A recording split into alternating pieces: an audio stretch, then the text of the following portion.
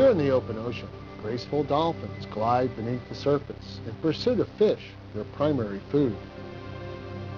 These fish, in turn, feed on minute, prolific creatures called zooplankton. These days, zooplankton share the surface waters with increasing numbers of minute plastic particles, posing a problem since fish and birds are now consuming plastic in addition to plankton. Since petroleum-based plastics are non-biodegradable, any plastic entering the ocean remains there, continually breaking into ever smaller pieces until it becomes ingested or is deposited on some distant shore.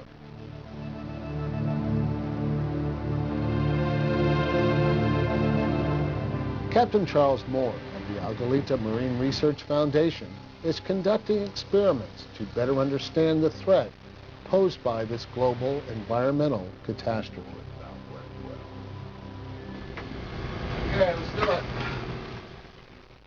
As captain of the oceanographic research vessel Alguita, I've traveled to many remote areas of the Pacific Ocean. And in my travels, I've been alarmed at the increase in the amount of trash, plastic debris on all the beaches that I visit. My sentiment was that the ocean is filling up with trash. To try to get a handle on the quantity of trash in the ocean, we devised a series of experiments using manta trawl and our technique of comparing the mass of zooplankton to the mass of plastic fragments. We trawled over 100 kilometers at random lengths and then came back to the lab and analyzed our samples. We compared the weight of the plastic pieces that we accumulated in these trawls to the weight of the zooplankton that we accumulated. And most people find it highly distressing to learn that for every 6 pounds of plastic that we got, there was only 1 pound of plankton. In other words, there's 6 times more plastic by weight in this area than there is naturally occurring plankton. However, the Central Pacific, being a gyre, does accumulate. The high concentrations we found are likely to be at their greatest in the center of the Central Pacific gyre.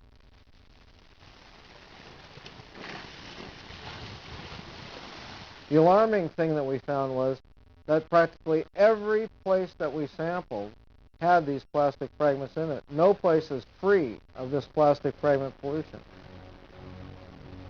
So far, no one has looked at the effect on hormone disruption of these plastic particles in fish and birds. The Laysan albatross and the black-footed albatross ingest post-consumer plastic, and the Laysan albatross ingests lighters and light sticks and large plastic fragments. One of the problems you have as far as when the adult brings the plastic and regurgitates it into the chick, if the chick is not receiving enough nutrients, enough food, and this plastic is basically filling the void in the stomach, essentially it could die. What you see in here is basically it's a bottle cap to some, might have been a shampoo bottle or something of that nature, another bottle cap. This looks like an electric wire plug.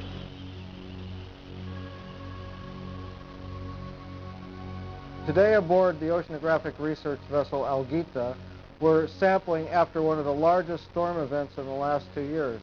The amount of rain has created a huge plume out from the mouth of the San Gabriel River, and we're attempting to see the effects of this plume of runoff and the amount of debris that's contained within it. Pretty much plastic in this one too. And a lot of plastic fragments. Small plastic fragments. These are the things that compete with the plankton as a food source. Actually, in our study, we counted over 27,000 pieces of plastic, and out of that 27,000, only 83 were tan. Now, we know from the large pieces of debris that we collected that there's plenty of tan objects that are breaking down to form plastic fragments, but we believe that the tan pieces are being selectively removed by birds and other plankton feeders because they resemble the krill.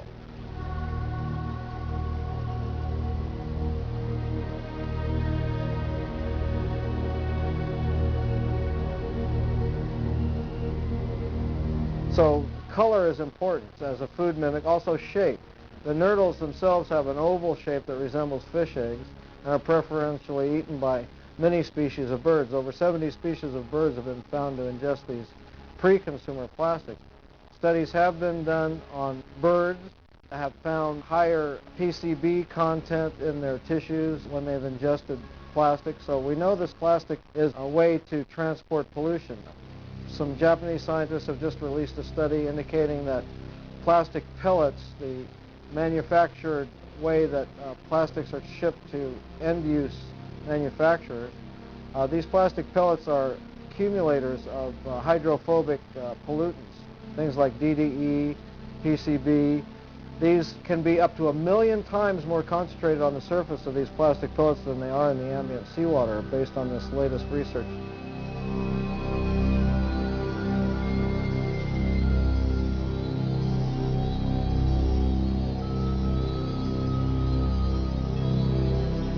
So we're looking at a situation in which it's not innocent confetti that's being spilled out in the ocean. It's a very effective biotoxin accumulator that's drifting around out there. Plastic particles are caught by filter-feeding organisms at the base of the food chain. Zooplankton-sized plastic particles become embedded in the tissue of salps. We found quite a few salps in the mid-Pacific that had plastic firmly embedded in their tissue. So we believe that the food chain is being affected by this large quantity of plastic that's being introduced to it.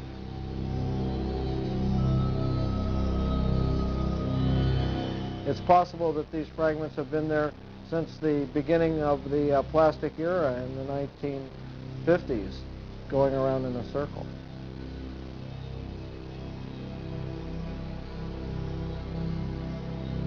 According to Dr. Anthony Andrade, an expert in the breakdown of plastics in the marine environment, every piece of plastic ever manufactured still exists.